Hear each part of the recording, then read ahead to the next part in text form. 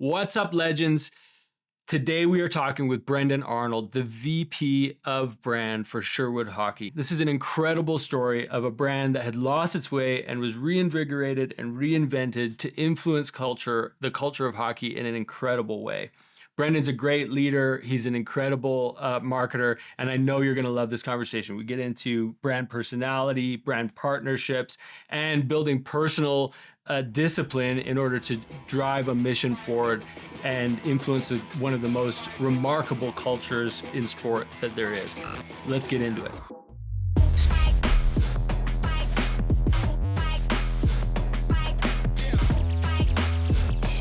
To try to bring a more consistent supply chain, or like weave more intention across the supply chain, or like product development. It's definitely one of them. It's one of the main objectives of any own brand model would be the margin benefits of being able to create it yourself, because it's basically you have the factory and then you have the consumer. There's no kind of middleman anymore, where like a Nike would make it at the factory, Nike would then take it, then Nike would sell it to a retailer or a distributor.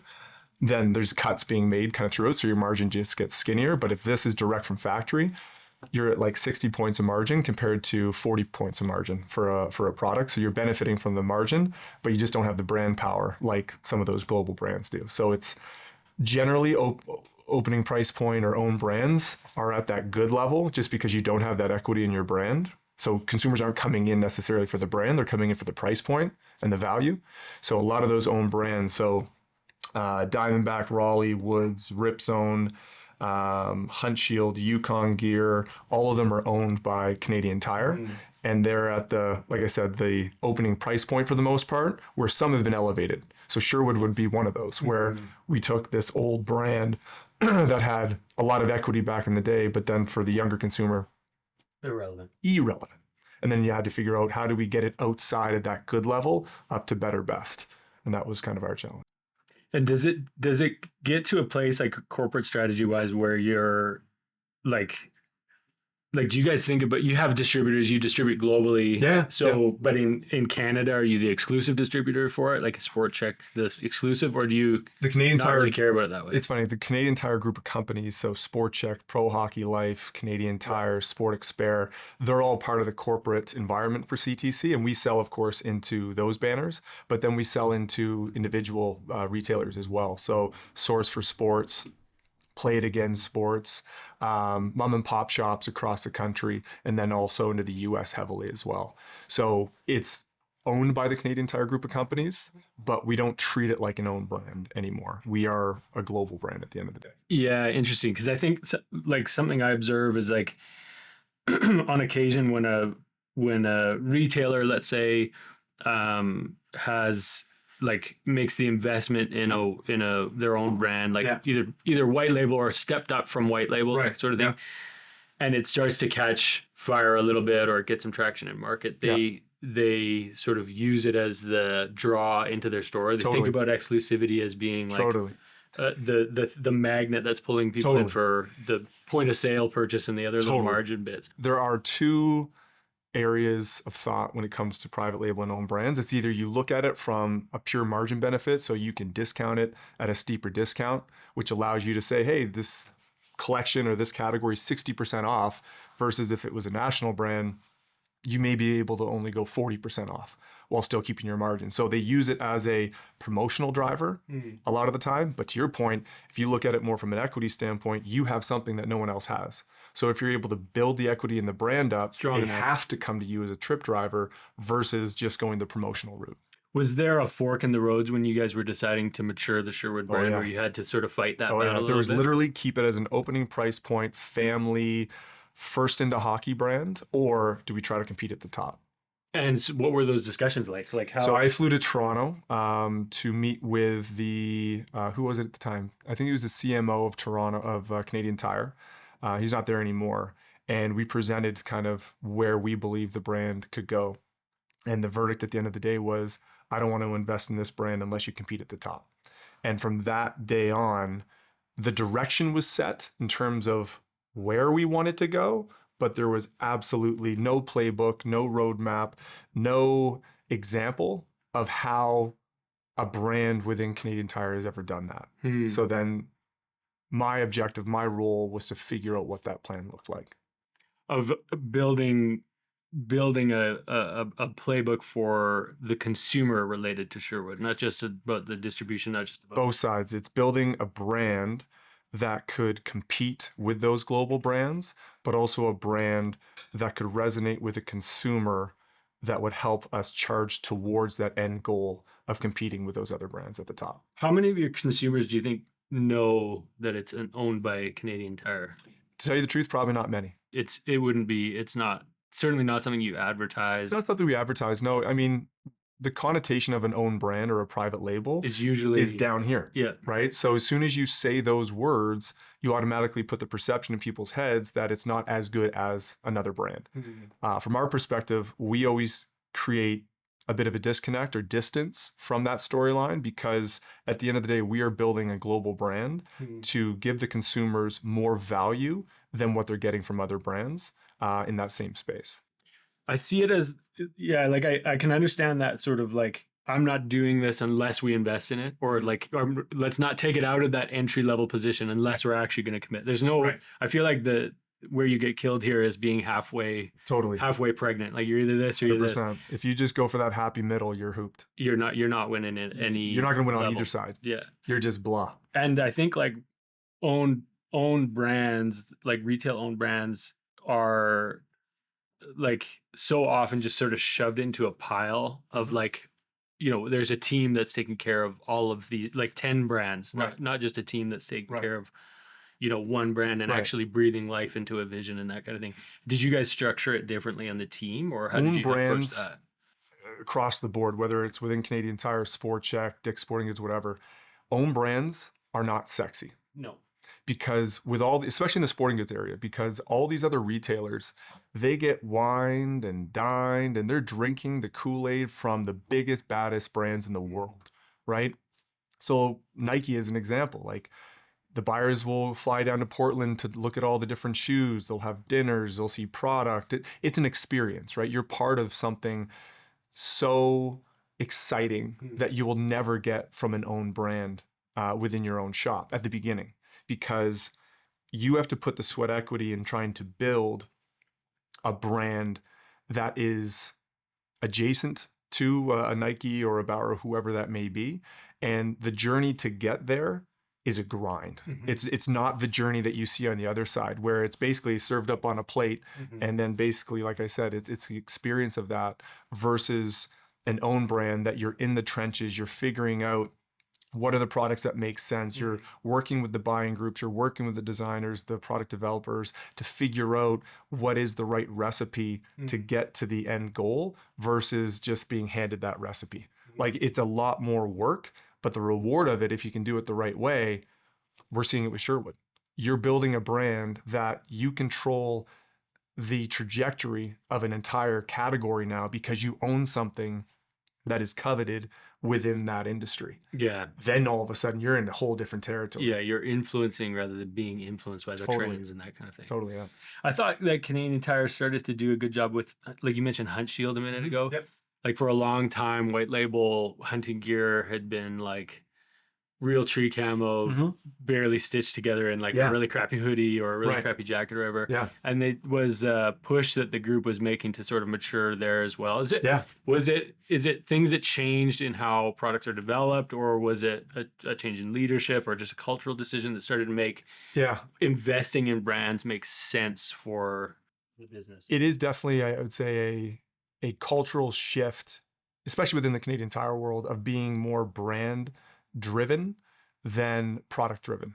Because if you're brand driven, everything else will sort itself out, because you're going to be setting the tone or the watermark at a certain level that will ensure that product is at a certain threshold, designs at a certain threshold, your consumer experience is at a certain threshold, your marketing is at a certain threshold. If you just focus on product, price, and placement, there's no guidelines, or there's no one coming in to say that you've needed to take a left turn when we actually took a right turn. And I feel like there's a lot of brands within our network now that have more of a body of work that's created that is built in protecting brands, building brands, growing brands, versus at 10 years ago, 5 years ago, it was all about if you own the shelf, you own the day. And that mentality is just, it's dead. It's dead. It's absolutely dead. Yeah, totally. The days of, or the age of like it still happens. I think there's plenty of categories where retail still has that power position of like, if you're selling soap, being on the eye level shelf, you know, right on the, or on the end cap or whatever it is like going to move dollars through the system. But when you come to sort of these more lifestyle or, you know, areas where there's a passionate culture behind it and consumers are coming with an opinion, not just like a habit or a ritual. There's a role for some of that still in terms of some of these mass retailers where products, the Walmarts of the world, like there are commodities. Club, there are commodities that still win in that department. But if you are trying to build a long-term strategy with a brand, you can't have that as your only bullet. You have to have a chamber of bullets that you need to be able to fire. Yeah, the thing that this is kind of making me think of is like the role of retail is no longer about convenience.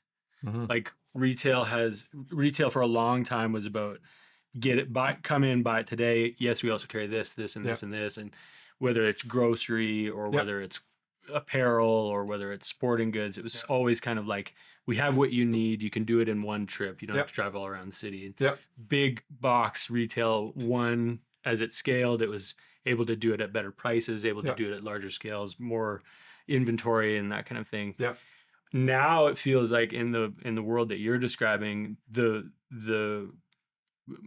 onus of retail is much more on curation. Like it's much more around like, it's not just that we have skates, sticks, gloves. It's that we have these sticks, these skates, this stuff. Also, you know, these kinds of lifestyle, like the biosteels and all the other sort of things that come along with it's like, holistic. It is completely holistic. It's experiential. It's consumers are coming in to, like you said, if it's a one-stop shop from a product perspective, that's great, but that's only great for a certain section of the market that is looking for that one-stop shop. So let's say an entry-level hockey player that wants to come in to get their skates and helmets and protective, like sure, there's a need for that still, but as you go up in whether it's age, whether it's experience, the need for one-stop shops becomes distant compared to the elevated product offering, the elevated brand experience that you can offer them,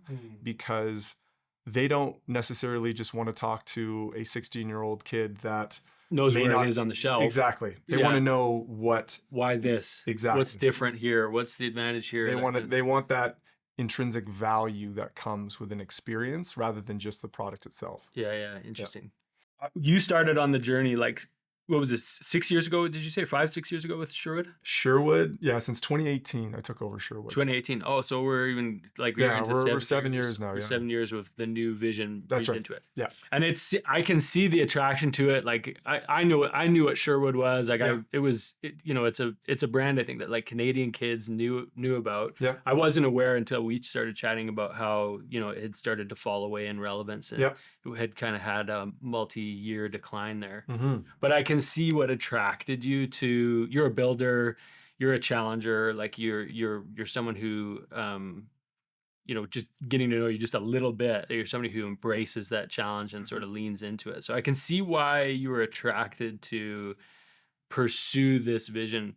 I'm curious about over the course of like the first few years, what was the most challenging, or maybe what was the most surprising challenge that you encountered? Convincing people on where I thought the brand should go. That was by far, and still is, to be very frank, it still is a challenge, because when we took over the brand in 2018, so we purchased the brand in 2018, and that's when we had to really look under every rock and understand what this brand represented, how consumers engage with the brand, everything. We need to know every single thing about that brand. So we did a full health check on how this brand is currently doing in 2018. And the results were not great.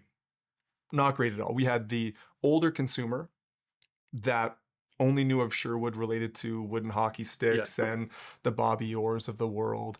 And then the younger consumer had no idea. It's either they knew about it because their dad or their mom played with it, or, and I think I mentioned it during the conference, is that some kids actually thought it was a hardwood flooring company. No way. Sherwood was a hardwood flooring company. Is what we you some heard results that back in like surveys and from consumers. Oh man. So we're like I got my okay, work hard cut stop, hard stop. We have some work to do because someone thinks that we're a hardwood flooring company. So we knew that the road ahead was going to be long. It was going to be arduous with a lot of landmines throughout it. So when we picked up the brand, the idea was to try to find the white space within hockey. Mm-hmm. And lucky for us, hockey has not changed at all over the past number of years, decades, whatever you want to call it. It is arguably one of the most traditionalist sports in the world. I always compare it to golf, but now golf has taken massive leaps compared to where hockey was in 2018. Look at the Ricky Fowlers of the world. You look at Tigers Golf League that started up. Like, they've taken these massive steps forward in trying to catch up with where their consumer wants them to go. Yeah. In 2018, hockey was still living in the 70s, in the 80s. The mentality of hockey players, we'll call them at a certain level, whether it be players, coaches, GMs, brands, they were all stuck in this era that hockey needed to be a certain way. And they would die protecting those traditions because they believed that that's what made hockey special. What's an example of that? Like what were the things they were holding on to? Dress code is one that is always a very interesting one because it's very visual to the Like consumer. you show up to the game. You show up and you were told what to wear. Right. It has to be suit and tie, certain shoes, and you need to look a certain way. And everyone needs to look the same way by going into a game. The way hockey players talk, the way that the culture is translated on the ice, speaking with other team members, refs. The culture of hockey in 2018 was in a very rough spot. There was a lot going on within the sport of hockey, PR nightmares, issues with the culture and race, and it was a mess. Hockey was a mess in 2018, and when we picked up the brand, there was an opportunity to really dive into an area within hockey that no one's really been able to go beforehand. And that's into an area, and that the brand values that we created for Sherwood actually leaned in here as well through creativity, individuality, and self-expression. Those three words, phrases would never have been said in a locker room, ever. No, you're on the team. Creativity. You represent the team. Exactly. And let me be frank. Hockey is the ultimate team sport. Yep. 1000%.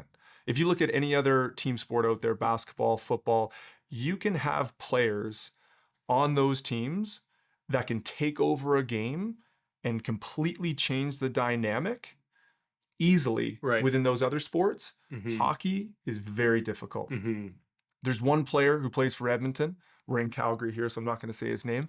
He probably is the one player that has probably changed hockey in a sense where he can literally take over a game almost by himself. But to the normal, I would say, hockey culture, the sport of hockey, it's very irregular.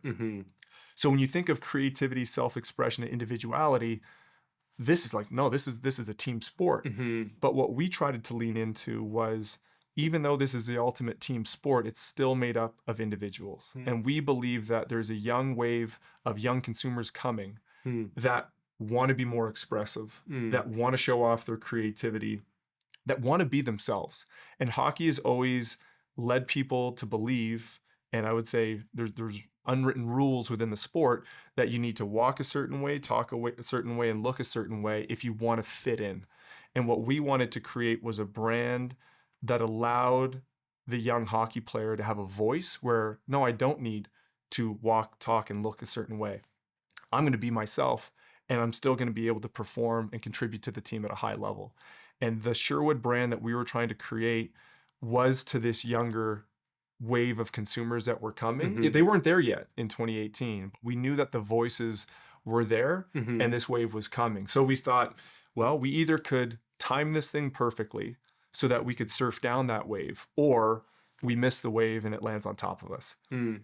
And that early direction that we were setting out on in 2018, 2019, before we launched in 2020, it came with a lot of scrutiny.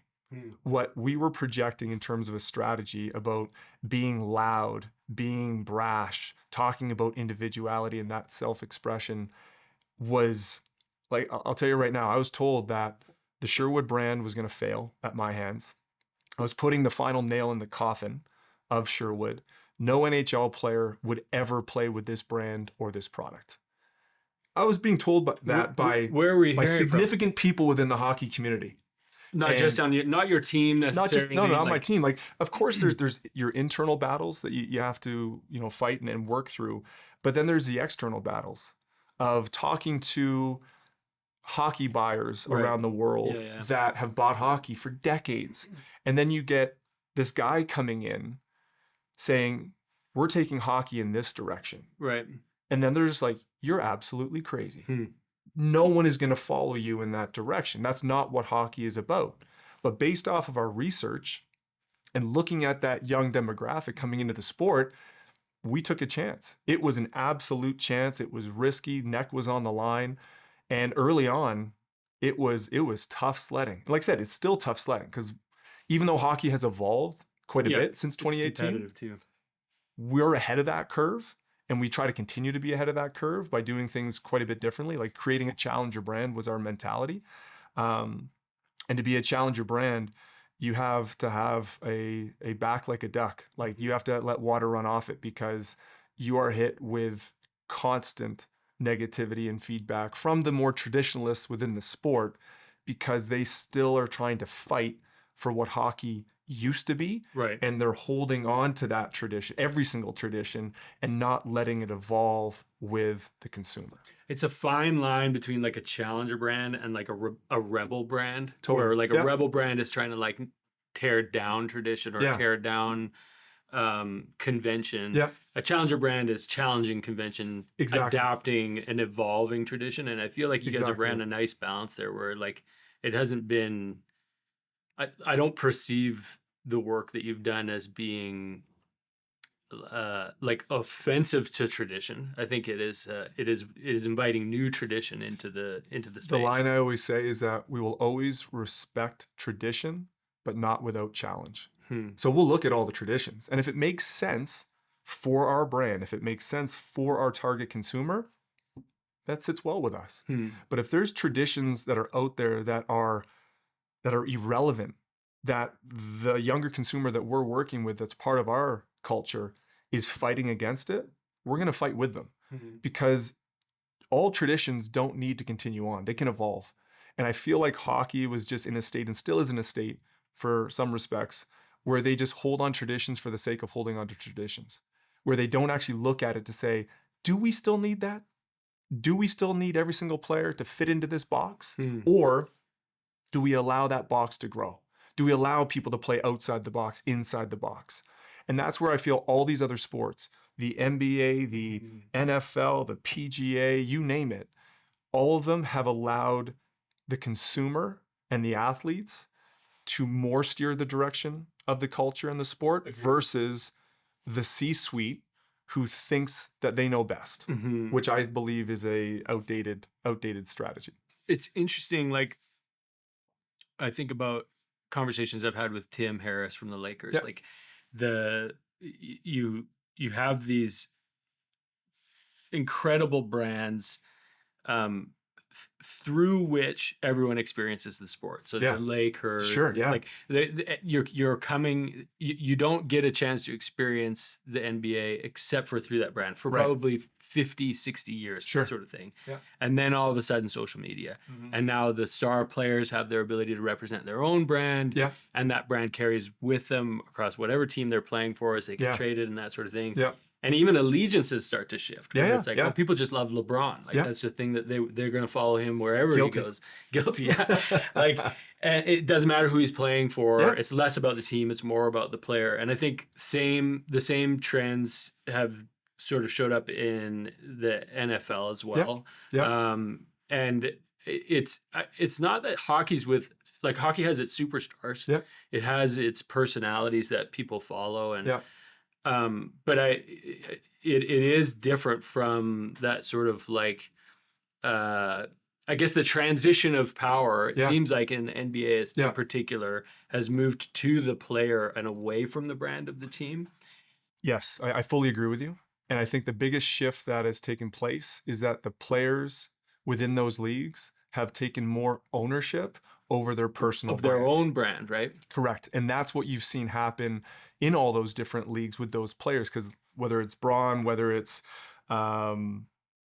Ricky Fowler, whether it's DeChambeau, like it doesn't matter. Any of those players within their respective sports have been able to figure out, if I invest in my own brand, I can, one, benefit profit-wise. Oh yeah, definitely. Because your sponsors are going to come running. Yeah. If you're showing that, oh, wait a sec, you stand out from the crowd, you're willing to do X, Y, and Z, we're going to give you this paycheck and you're going to be part of our team. A lot of athletes are now figuring that out. If you start dating this superstar, the refs will call the game in your direction. Exactly. But like hockey is starting. Hockey is starting to do that. And a lot of that. Do you see it going to the same degree, and you caught it early? Were you looking at those other leagues, or are you thinking is hockey going to stay, like, are there things about hockey that make it fundamentally different from the NBA? I think every sport is fundamentally different, because even though I talk about golf being further along the journey compared to hockey, it still has a lot of traditions built into it. So you will see a lot of those traditions continue on, and the rules and the guidelines, and I'll call it the blinders, are still there in certain areas, but then you'll see guys start to wander from that. And you'll start to see the game just slowly. Games and cultures and sport, they don't evolve in a day. They don't evolve in a month. They don't evolve in a year. It's over time. And I feel where hockey is going, I don't think it's ever going to get to the NBA level, just because it's not as much of a global game as some of these other sports are. And I feel like with hockey and golf, that's what I would probably compare it to always the best, is that you'll still have some really rich traditions that will still be respected within the sport, but you will see more and more players start to take ownership of their brands. One of our athletes is William Nylander, and arguably probably the most dynamic from a personal brand standpoint in the entire league. He gets it. He understands, and he doesn't care about some of those old school traditions about you need to walk this way, look this way, talk this way, act this way. He is his own person. He does what he wants to do.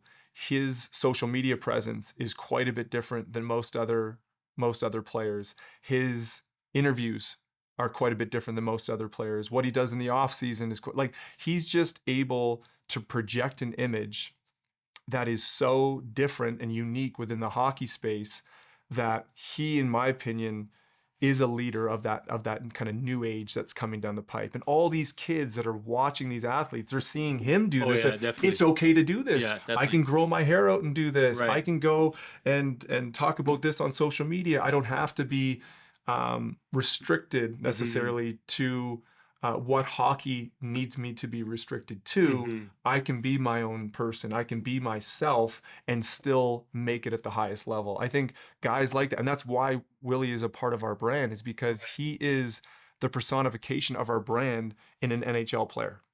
He is what Sherwood represents. So you start, like, I think it probably was obvious to you at the beginning, like, hey, if we're going to take this brand, we're going to need to have really great relationships with the right kinds of athletes. Was Correct. those were the sort of factors that you were selecting for? So when we first started to go in that direction of, okay, we want to compete at the top, we want to compete with these other competitors, these global brands, the push to get NHL players at the time was massive. And there's no other sport for you guys or for everyone. I would say internally, because not a lot of people externally even knew that Sherwood existed. Still, you're still waking up. So it was more so the internal folks, that the pressure to get a player was the biggest objective, and the reality was a lot of people didn't care what player it was. It's just like, you need to be back in the NHL, which I agree. Like you needed to be back in the NHL because that provided you for clarity. At the time, it was not represented at There's all. no one in the NHL at the time No playing one with was Sherwood. No one was Crazy. playing with Sherwood. So the objective was, how do we get back in the NHL? But a lot of the pressure that we were getting, like I said, was just get in the NHL. So we could have got in the NHL with fourth liner here and there, maybe a player that was up and down throughout the year, throw them a paycheck and, hey, you're going to play with our product. I resisted that because it wasn't going to help our brand at the end of the day. It could help with exposure, but I believe equity in the brand and exposure are two different things. Mm-hmm.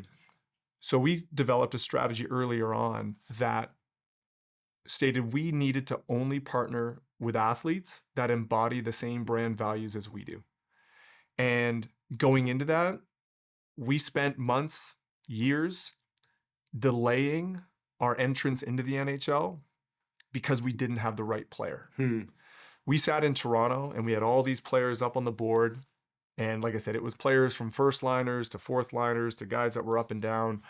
And the guy that I put at the top of the list who could represent our brand in the most authentic way that would give us also that launch back onto the scene was Matthew Tkachuk.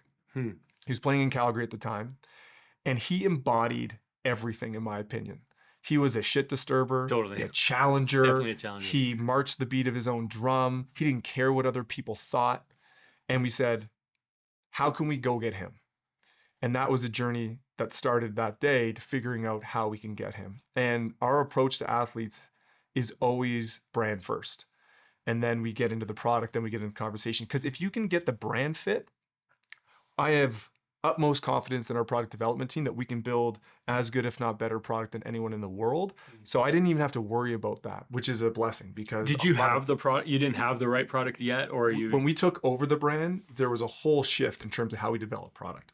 So you were on that journey. You were stepping towards it. Correct. Yeah. It was almost like a parallel path that we needed to make sure that we could build best-in-class product for those professional athletes in this... professional class. Exactly. Product, on this side, but then we also need to figure out the brand and the player side over here. Mm-hmm. So we sat down with every athlete we want to bring on. We always have this initial meeting of figuring out and it's almost like sussing each other out to figure out, am I right for you or are you right for me? It's almost like a first date of like really trying to understand, do we connect? And all those meetings, whether it was Matthew Tkachuk, Nylander, Bedard, Savannah Harmon, whoever it is, we always have these initial kickoffs with the brand. And normally it's us presenting the brand to them to see what their gut reaction is. What is your knee-jerk reaction to saying, we want to stand out, we want to challenge convention, we want to be different? Because some players may be like, I'm out of here. That's not for me at all. We're like, okay, that's okay. Totally fine. Because if we tried to force that relationship, it would just completely blow up at some point anyway. And the message that you're able to project when you have a brand talking over here and a player talking over here, and it's the same message, your brand message becomes incredibly powerful because you get both sides marching to the same beat. And when you can get that and stay to that, man, that's when your message becomes powerful. Totally. I want to punch in on this a little bit because I think that this is relevant to any brand marketer out there. Yeah. As media continues to evolve, I think one of the outcomes that everybody's gonna, one of the realities that everyone's gonna have to get used to in the coming years is that your access to your audience is going to be through a creator. It's not just an influencer. Influencers are just kind of people with an audience, but creators are people with like a community. Totally. And, I think that the temptation is always there to go bigger, thinking about exposure, like you said, as opposed to building actual equity. Yeah. So whether you're a hockey brand, whether you're a fashion brand, whether you're a health brand, you need to be finding a way to form those real authentic connections with very sympathetic personalities and personal brands that are out there. What did you learn? What were you looking at? What became clear as you were evaluating, the personality of Sherwood versus the personality of the players that you were talking to? Let me start off by saying our target demographic is probably similar to a lot of brands kind of within our space. Like we're going after that 10 to 16-year-old player, There's right? way more of those than there are NHL players. Totally. Our problem from anything, we'll call it traditional marketing related, is that you're not allowed to target them. So your message that you're creating, whether it's on social media, paid ads, whatever that may be, you actually can't target anyone below a certain age. And that age group is right within kind of our target. So to a lot of brands in our similar space, you're already handcuffed at the beginning, because a traditional market sense would be, I'm going to create this ad, I'm going to create it to a certain level of engagement, and I'm going to push this message out and target this audience, which algorithms and Facebook, Instagram, digital marketing, you can do that pretty easily. But for us, we can't do that. So we're creating content that you have to hope organically will reach someone. So you have to create content that resonates at such a high level that you're drawing people into your content, because you can't pay for views. Mm-hmm. You can't pay for impressions to your target audience. So to your point about athletes and influencers, they're the key, because they're the ones that are attracting Mm-hmm. that target demographic, Mm-hmm. right? So if you are the ones working with those athletes, those influencers that are creating engaging content that can organically go after an audience base that they have who is part of your target demo, that's the linchpin, right?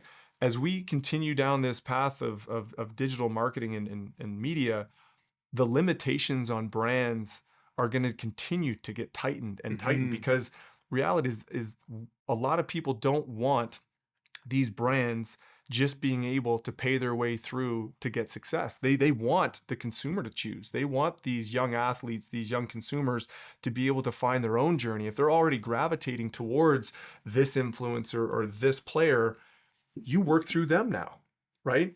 The old school way of just creating content and then pushing it out is over. Mm. You have to be able to, one, either create content that is engaging enough to go after that target demo, that they're coming to you. It's kind of that whole push-pull piece. Yep. Or you're working with these athletes or influencers that are essentially flying your flag for you. Right. But partnering with the right influencers, that's where this whole thing gets tricky. Because that's where a lot of brands, I think, mess up, is that they just see a following base, or they see some sort of a metric that they're like, oh my goodness, if we just work with this guy, Right. we're going to get 10 million impressions. Right. Are those the right impressions? Right. Is that the right person to be flying your flag? Like, we've had numerous conversations about influencers or other groups of people that we could easily work with them and they Right. could push out a message and we get tons of eyeballs on it. But is that the right partnership for our brand and what we represent? Because if you boil it all down, and we said for our athlete strategy, creativity, individuality, and self-expression are the values that we need to match up with. If that doesn't match up with these other influencers, It's fake. the house of cards falls. Yeah. Totally. Right? So protecting that is essential. Yeah. It seems like this is it sounds like an academic brand exercise until it's not. Like, Right. it really does have it really does have it. You can have, even if the athlete has the audience you're looking for, like demographic, psychographic, whatever, they may have the following that you're looking for. Yeah. But if the personality is not aligned, if it's not actually like if it's not a story that they would naturally tell, Right. it is just so transparent in today's day and age. Like, I think our filters have actually been Everyone has a lie finely detector. tuned. Everyone has a lie detector. Everyone has a lie detector. Yeah, totally. And they're getting sharper and sharper and sharper the more inauthentic or false content that we encounter, whether you're 10 years old, 12 years old, 16 years old, 60 years old. People can call bullshit Yeah. within a matter of seconds. Mm-hmm. Especially the younger demo. They'll flick through TikTok or Instagram and they will just bypass. If they get a sense that something is forced, see you later. And all those tens of thousands of dollars and all the time that you spent on this stuff is for naught, because you missed the mark. Right. Because you tried to force something that wasn't organic. And if you aren't creating something that is truly attached to your core, you've missed it. You've missed it completely. Did you get to I'm curious if you got to a place where you're like, you moved pretty far down the line with someone, or you had like that, did you have that temptation where you're like, oh man, we could get this athlete, but completely your radar's going off? What was that? I won't say the player's name. Yeah, that's fine. But there was an opportunity to go after a player, a big name player in the NHL. I think it was about 3-4 years ago. And it would have been groundbreaking. It would have sent all the alerts and notifications off on social media. But it wasn't right for our brand. What that player represented, who that player was, would water down what we were trying to create as a brand. So I was not a likable person at the point in time when I said this isn't right for our brand, but I truly believe if we would have gone down that path, we would have just become vanilla. We would have become beige. We would have just become that middle ground we talked about, where you don't actually stand for something. And I'll say it a million times, I would rather few people love us than millions of people like us. Because if you can get people to love you, you get a visceral reaction and an emotive reaction. That is what drives your brand. That's what brings other people in that have a similar feeling. So for me, that is when brand really plays a role in the journey and the strategy, is that you need to be able to step in, even though it's not going to be, like I said, the most popular decision to say no or to pass on these opportunities, because if you don't feel like it's right for the long-term strategy of your brand, you have to be able to stand up. You have to be able to put your hand up and say no. Yeah. And it's tough to do. Conviction, right? It's my strong conviction. It's wild. Yeah. You personally are a disciplined individual. Like, you've been a professional athlete. You've played a bunch of different roles across your career. I'm curious about your own habits. Like, what are the things that you're doing that support your ability to perform at a high level professionally in your personal life? Yeah. I would say discipline is probably a pretty good word that sums up a lot of it. Like, if you don't have discipline, you really have nothing to fall back on. And I feel like whether it's in professional life, personal life, having discipline allows you to focus. And coming from an athletic background, you're taught discipline from a very young age. And like I said, whether it's getting up in the morning to do a workout, whether it's sitting at your desk and being able to just dive into the priorities of the day, discipline is what allows you to do that. I always say at the beginning of every workday, once you sit in front of that laptop or desk, find the easy wins. Find the easy wins early so you get the groove of being able to get some wins done, some accomplishments done. The rest of the day seems to flow a little bit better. Stay off social media early. Social media at the beginning of a day just puts you in a terrible headspace, to be very frank. Other than, just the doom scrolling of just sitting there saying, oh wow, an hour passed and I didn't even know. It just puts you in a really bad headspace. And I mean, we all work in social media, so it's hard to stay off social media completely. Right. But at the beginning of every day, I would say stay off social media at the very beginning. If you need to get on later on, so be it. But that just, to me, puts everyone in a bad headspace, that you're not necessarily as focused on what really matters.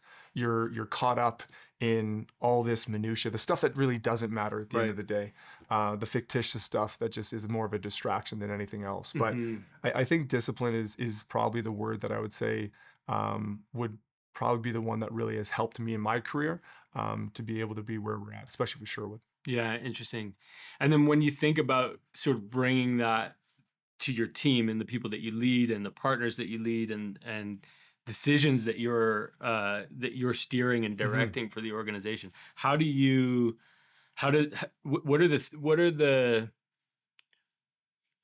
what are you taking from that and giving to your team? Like, how are you imbuing the culture with that sort of an attitude to make sure that the whole organization is moving in the same direction?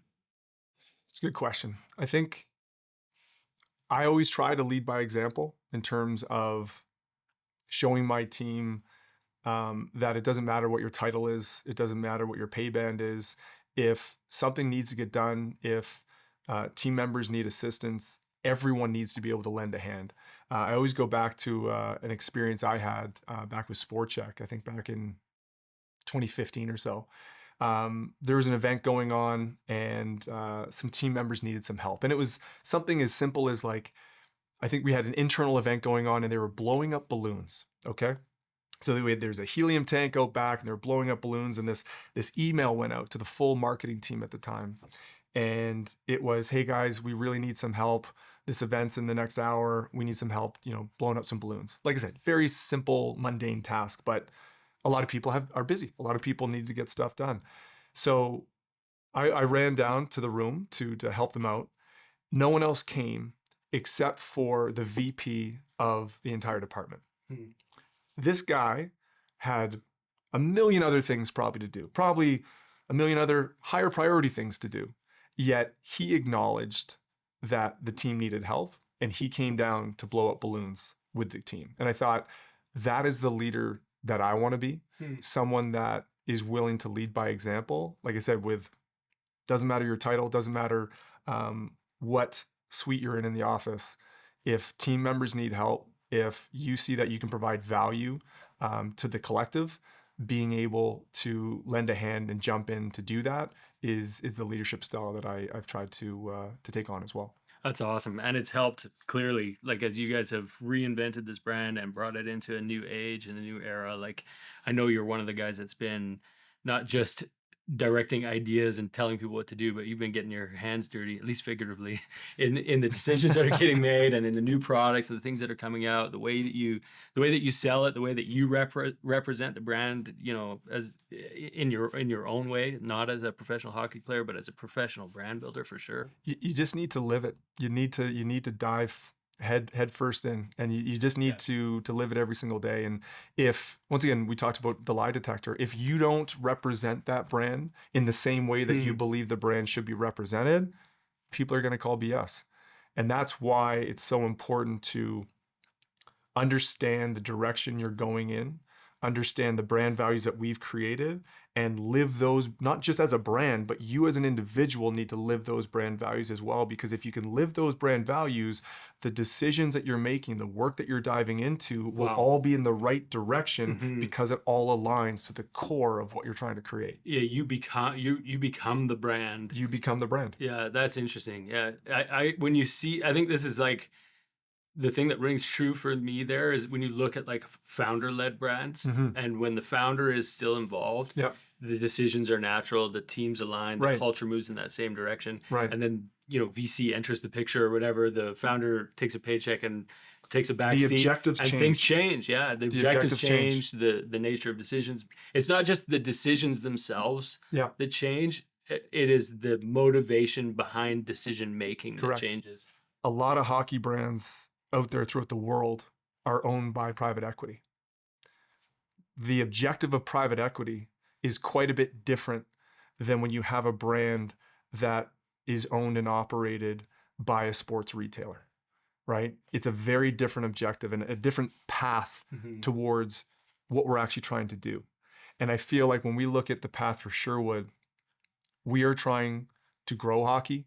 We are trying to evolve hockey. We're trying to give hockey something different that will allow it to resonate with more people. Hockey has been a bit of an outlier sport. And what I mean by that is it has only really spoken to a certain demographic for decades.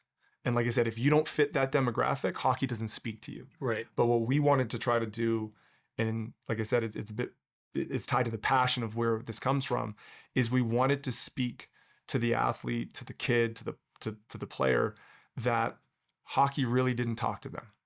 Like, up until we launched in 2020, if you didn't look a certain way, if you didn't talk a certain way, hockey's not talking to you. And we wanted to create a brand that allowed everyone. We wanted the little girl to come into a shop to see her role model on some signage in store. Up until we took over the brand, there were no female images. There was no female representation on any hero launch campaign within hockey. We were the first brand to come in, and it sounds simple, but it's breaking down barriers. Breaking down barriers, because reality is, if you aren't the mass, if you aren't that kind of 1% of that target demographic that hockey's speaking to, a lot of people don't want to hear about it.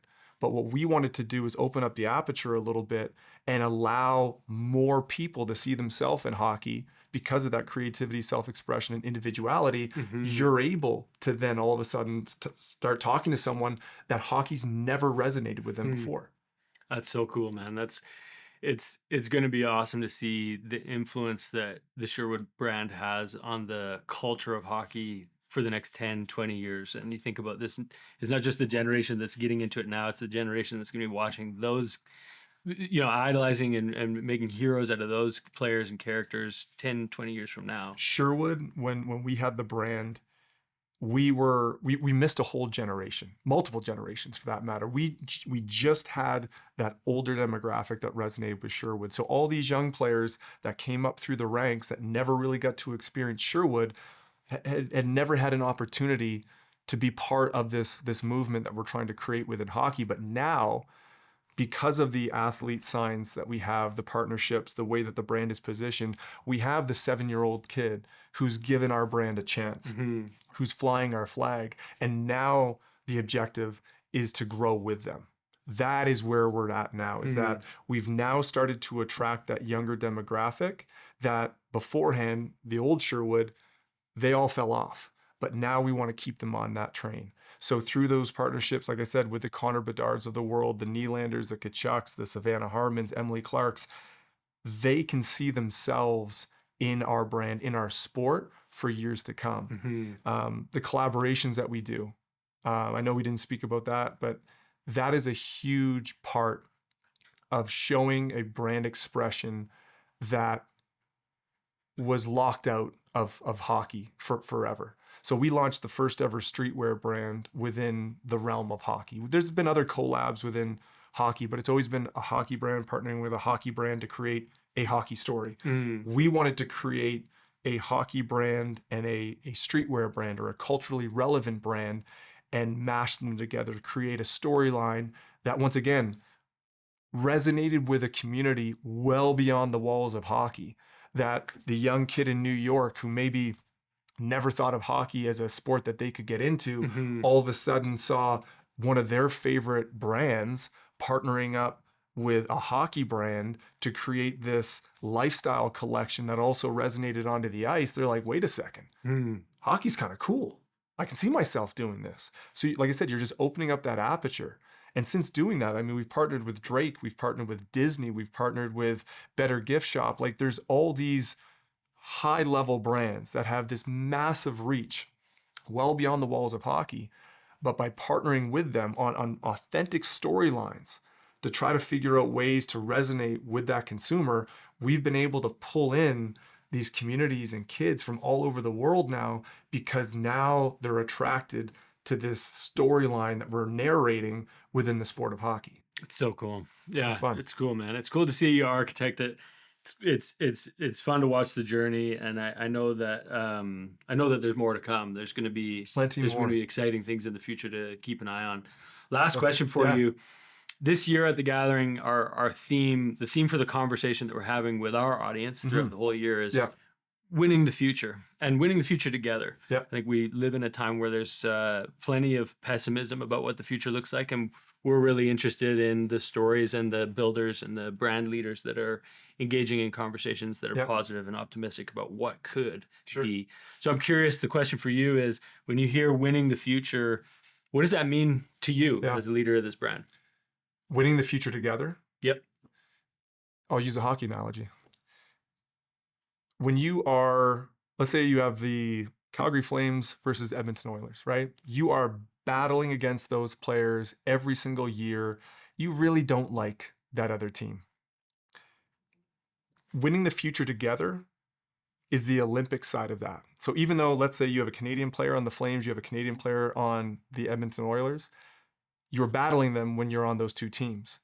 But when the Olympics come around, that player from the Edmonton Oilers and that player from the Calgary Flames have to join forces to figure out, how do we now get together and collectively go after a new objective. I feel like the same goes for our world right now, where sure, we're trying to win the day. We're trying to beat out all these other competitors. But reality is, if we all collectively aren't trying to grow hockey, to make hockey a better game, to make it more inclusive, no one wins. So I feel like when I think about winning the future together, while we still want to have our strategies to, beat out the competitors, there still is this togetherness idea behind all the brands coming together to better the sport that we're trying to win collectively. So that there's always these projects, these little builds that you almost want to take down your armor a little bit and be open to, okay, we understand that we try to beat these guys every single night, but we kind of all have to come together to figure out how are we collectively moving this sport forward so that we can win the future. Because with everything going on in the world, costs of goods increasing, the tariffs and everything, hockey is already an expensive sport. We know that. But it's getting more expensive. And if you continue to just drive up the costs of the sport, no one's going to be able to play the sport. So Right. What projects collectively, everyone within the sport of hockey, what are you doing to ensure that the health of your sport is the number one objective of what you're trying to do? So like I said, you want to battle every single night with those competitors, but winning the future for us in hockey is collectively coming together to make sure that you're creating a healthy sport that people can enjoy for decades to come. Very cool. Yeah, cool. That gives a lot of thought and puts a lot of thoughts into my head about like what that might look like, and yeah, how that's going to shape the future of the culture of hockey and the people who are involved in it. It's cool. Culture of hockey is bright. It is bright. It's come a long way since 2018, and we're going to continue to try to do what we can to continue to push it forward. Brendon, really appreciate the conversation today. This was My pleasure. awesome. This was It's great. awesome to see behind the scenes and get a little bit of insight into the making of an incredible challenger brand. So congrats for on having all me the out. work. Appreciate it. Awesome. Cool.